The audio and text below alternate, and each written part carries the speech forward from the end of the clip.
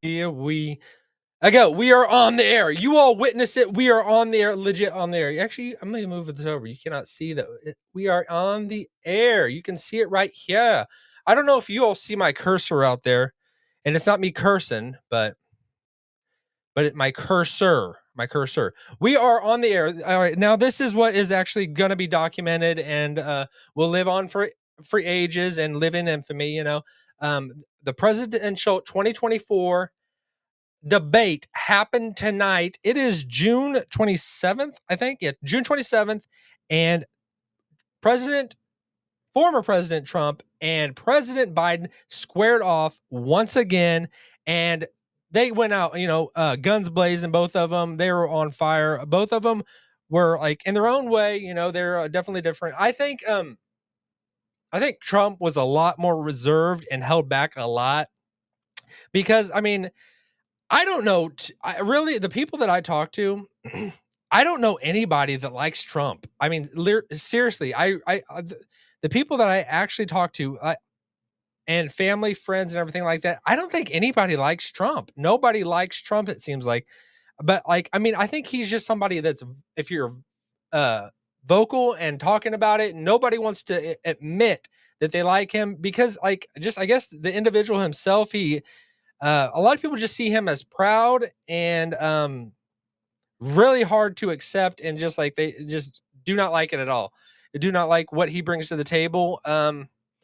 But I think on the opposite end, Biden is just more like, I don't know. You get a lot of sympathy and empathy for him just because of the things when especially even today, if you saw the debate, and he did struggle through things. There were things that he was struggling with, wording, as you know, and I struggle with words. Everybody struggles with has their things. But he's not always been like that. If you are anybody and have been into politics or even just lived in the last 20 years, or even more. So I'm just thinking about myself, but he's always been a person that was always fiery, like even with like when he was vice president for President Obama, he was fiery. And like, man, like I remember him in the debates against, who would it have been?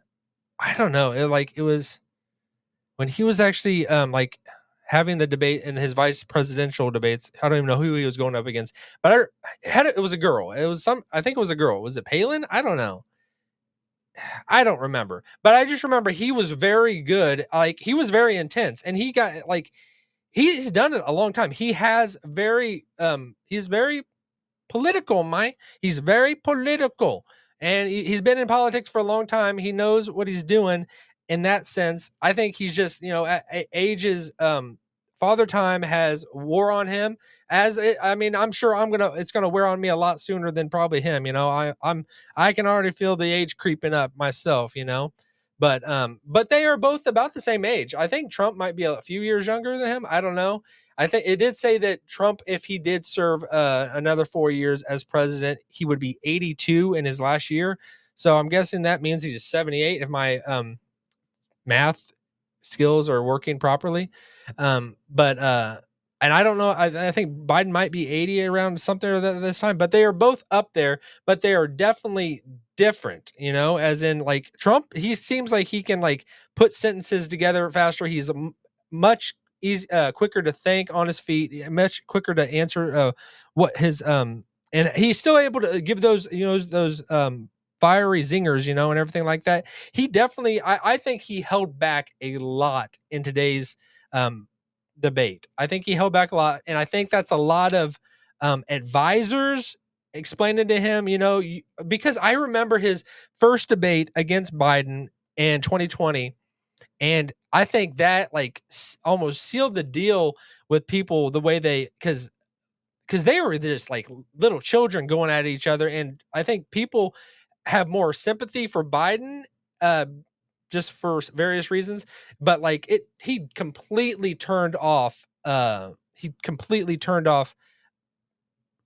completely turned off a lot of voters just by he was very impetuous and just responding and just like right at, like it was very intense. I just remember coming into work like the day after and just people talking about it and just people just completely just having no desire or taste for Donald Trump, just and maybe that's just like instinctually. I think unless you're in like with a very comfortable crowd that like is all MAGA or something like that, people are very hesitant to vocalize any support for Donald Trump because man, I mean, he will get you in trouble if you are supportive of him, and I think a lot of people I think there's a lot of quiet voters out there. I think a lot of people will vote for Trump, but a lot of people will not say they're voting for Trump. That's my personal opinion.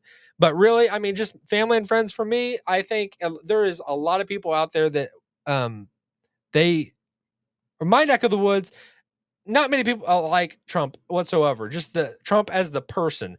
But then on the other hand, a lot of people do not like Biden, but it's more Biden as the policy. Biden as the person, I think people have a more of a taste for. It's his policy and what he's done to almost wreck this country and destroy it in a lot of ways. I had a lot of hope for Biden whenever he came into office. I actually I remember watching his inaugural when he accepted, or when I know it's not accepted, but when he was sworn in and everything like that, and he became president, I had a lot of hope for Biden and his whole push on unity and that he was going to change things and how things operate in our country. And like he did give an awesome, hopeful message. And since then, it went like maybe up a little bit, and then it just plummeted horrendously.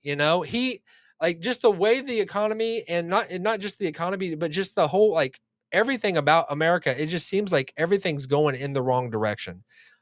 I mean, extremely in the wrong direction, and I think it's just getting worse and worse, in a lot of ways. But that's not to say that Trump is going to just go in there and turn it all around. I don't know. Um, I, for me personally, whenever Trump was in office, I mean, I liked it at the beginning whenever he became president, but like towards the end of his first term, I mean, I think it was just a lot of things I was maybe going through. I think you have your own personal life, and then you project that into whatever you're watching and whatever you want to happen to kind of line up and things to play out. And I wasn't too desirous of Trump having a second term, I really, I mean, almost in my heart, like I kind of wanted a change. I didn't really want it to happen. And then like whenever he didn't win, I was actually completely shocked myself. I was absolutely shocked when he won the first time in 2016. I was more shocked there. I did not think he was going to win whatsoever, but I was also extremely shocked in 2020 when he lost because I thought it was that like there was not even going to be a question. I thought he was going to win just based on the economy and how things were going. I think it had stuff to do with like kind of where I was at in my life, and I didn't want things to keep going that same way I just wanted some type of change, and that change happened. And I think it's just tough because I mean, like honestly, things did get better for me personally in ways uh after Biden got elected, but like just but also like I just see the outside world of just like how things are the weakness that is being happening in our country and just long term, and I just think that the inflation is just through the roof.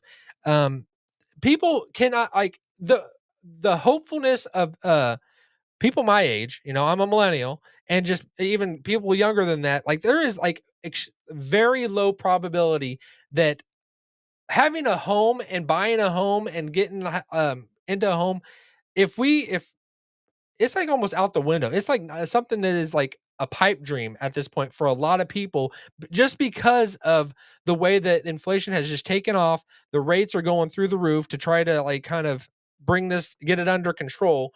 And just the direction it's heading. I don't know if it's ever going to come back to the point where have the American dream, as in some people wanting to get in on buying a house. It's almost like we are becoming renters. That is like almost the way that people are going now, because it's just because they've made it so the generations before us, and I love the generation before us, obviously, and people that are after me are going to say the same thing about me, but it's like And a lot of people that personally, they don't have a hand in it, but it's just we are just going along with the current of the river and the way the direction we're headed.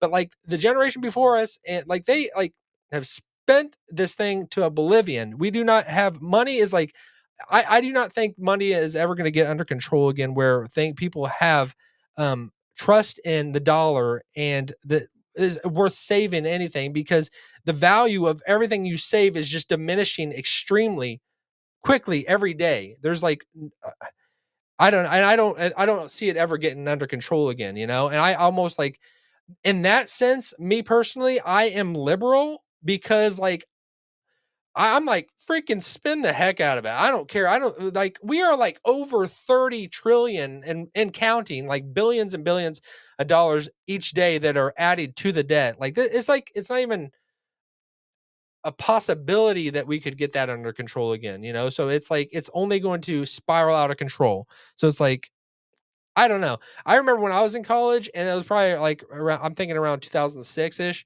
Uh Around that time frame, you know, I went longer than that, but I just remember at that point the we I when was introduced to the debt in the first place, it was like I was like, "Man, that's kind of crazy. We're at 5 trillion in debt. That's kind of nuts."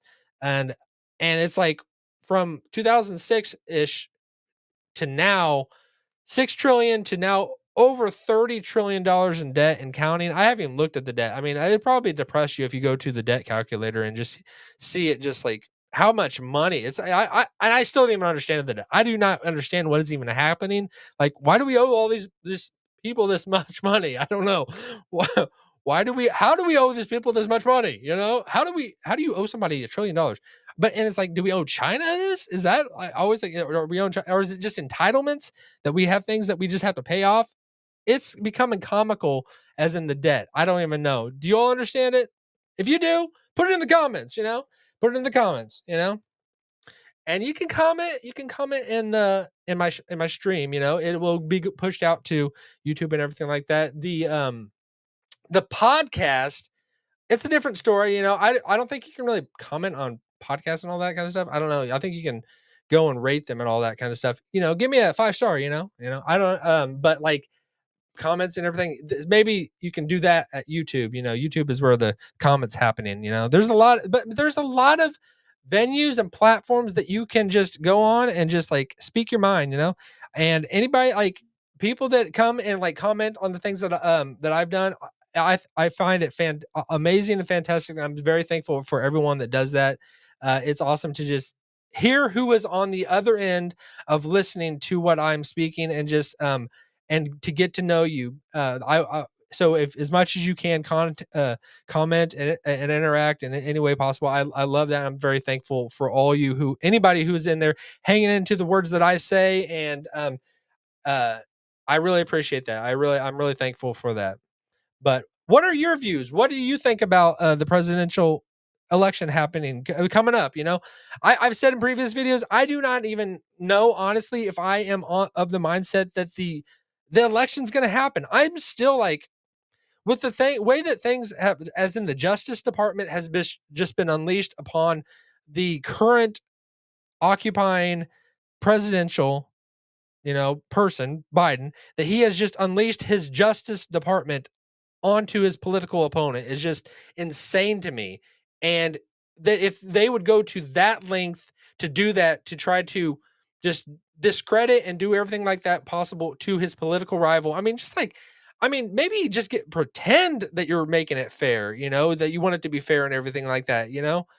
I hope SWAT doesn't just come in here, you know, and just come take me off there, you know. But that could happen, you know. People get swatted, you know, and a lot. I guess you gotta have a little bigger of a voice, a bigger of a microphone before that's going to start happening. But that does happen, you know.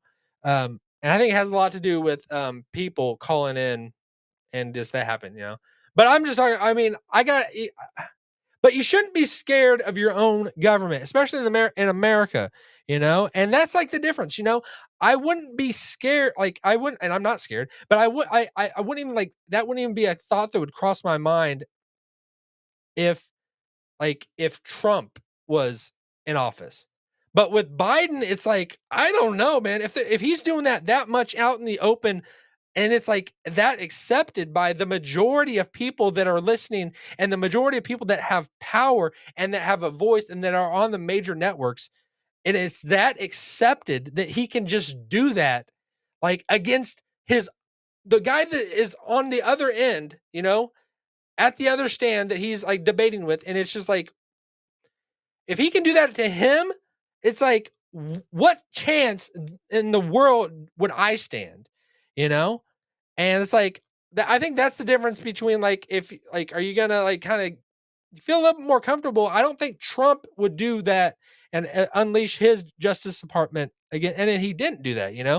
I know he said lock her up with Hillary Clinton, but at the end of the day, he got in office and he didn't pursue that.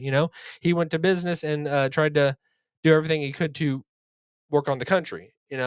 But like the the current administration is doing a lot of that. They're spending a lot of time and energy as in keeping his political rival occupied in courtrooms and everything like that, and it's just kind of crazy to me. But like, if you watch the debate, there was a lot of things that happened. They covered so many different topics. I thought the CNN moderators, I thought they did a good job. I mean, what do you all think? Did you think that they did a good job? I thought they were pretty straight, and they did not lean one way or the other. Like, there were a couple times that Biden was struggling to get something out, and they kind of helped him a little bit. But I mean, that first time, whenever he was like struggling to say what he was wanting to say, I mean, it's just like you immediately feel bad. Like, I'm sure like some people out there see me talking and I can't communicate, and they're like, man, I feel bad for this guy. But I felt bad for Biden, and it's like immediately, it's kind of because he is like a grandpa. It's like that's how you feel, and you're like, man, like, so you get that immediate sympathy for him. So, and I think they saved him on a couple things. They were so I thought they were pretty equal back and forth between Biden. They were obviously with Trump. They gave him some more pushback on things, and they kept. I think they're just inherently um biased in a sense, but I think they covered it pretty well. I think that obviously they are biased and for the Democrat Party and for Biden and him winning, but and then at the same token, I kind of go back and forth. Like, I do not know if they really want in their heart of hearts Biden to win, because I mean, if Biden wins again, like, we're gonna keep going this direction in the spiral way, like kind of down, and like the value of our currency just going down and further down. And then also, like, I think the CNN and also the major networks out there, it's kind of a boring news cycle with this administration. So they're kind of like, I think in their heart of hearts, they almost, even though they couldn't outwardly say it, and they really have um a a, a bias, and like, they do not like Trump, because they could have something to talk about. It would be much more entertaining, bring a lot more ratings back to CNN, bring a lot more ratings back to just various networks. So I could see that um, point of it as well. So there was a lot of things that went down today, and like almost every topic got brought up, and I think Trump held his own. I think Biden, he did pretty good for what he we always, I think the bar is so low for Biden, so that whenever it's easier for him to clear it. So I think he did pretty well. He stumbled on a couple things, but overall I think he did pretty well. So if you haven't checked it out, I think you should just go back and watch it. Um there's a lot we could take away from it. The next debate is probably not going to be for a few months, but it was a good way to kind of start the political season as we get into it. I mean, Trump still doesn't even have his vice president named. It's going to come out eventually who it's going to be. I don't even know. I don't even know if I have a who I would recommend. I haven't been thinking about that much, and who I think he's going to pick. I don't know. I mean, that's a good question, but that hasn't even been named. And there's also the potentiality. I mean, I could see Biden somehow, something happening and him kind of falling out of the race, and somebody else, from California, a governor from California, swooping in and kind of running with it. I think that would bring a lot bigger possibility of the Democrats winning if that were to happen. If Newsom jumped in and kind of took hold of it, and I'm sure he's just drooling for that to happen, in that possibility, because he, I mean, I kind of like Newsom. I mean, just like he is an Obama-esque kind of person that he is just very likable. Like just him as a person and just him like kind of the way and maybe not the way he governs, because like, but like I, I I think he has that attractiveness, that it would be uh give Trump a lot more run for his money if he were to swoop in. But that is what to happen. I mean, what to come, what to come, whatever that means. But who knows what is going to kind of play out as we get further down this and get closer to the election. But it's certainly, I think it's going to be a good one. It's going to be very definitive on the direction that this country is going to head, whoever wins. So stay tuned, and we will get into it more and more. I thank you. I'm thankful that you all jumped in. As you start seeing, I cannot even talk towards the end of this. Um, I think it's just because I get kind of antsy. But I hope you all have a wonderful day, and I will see y'all in the next one. And we.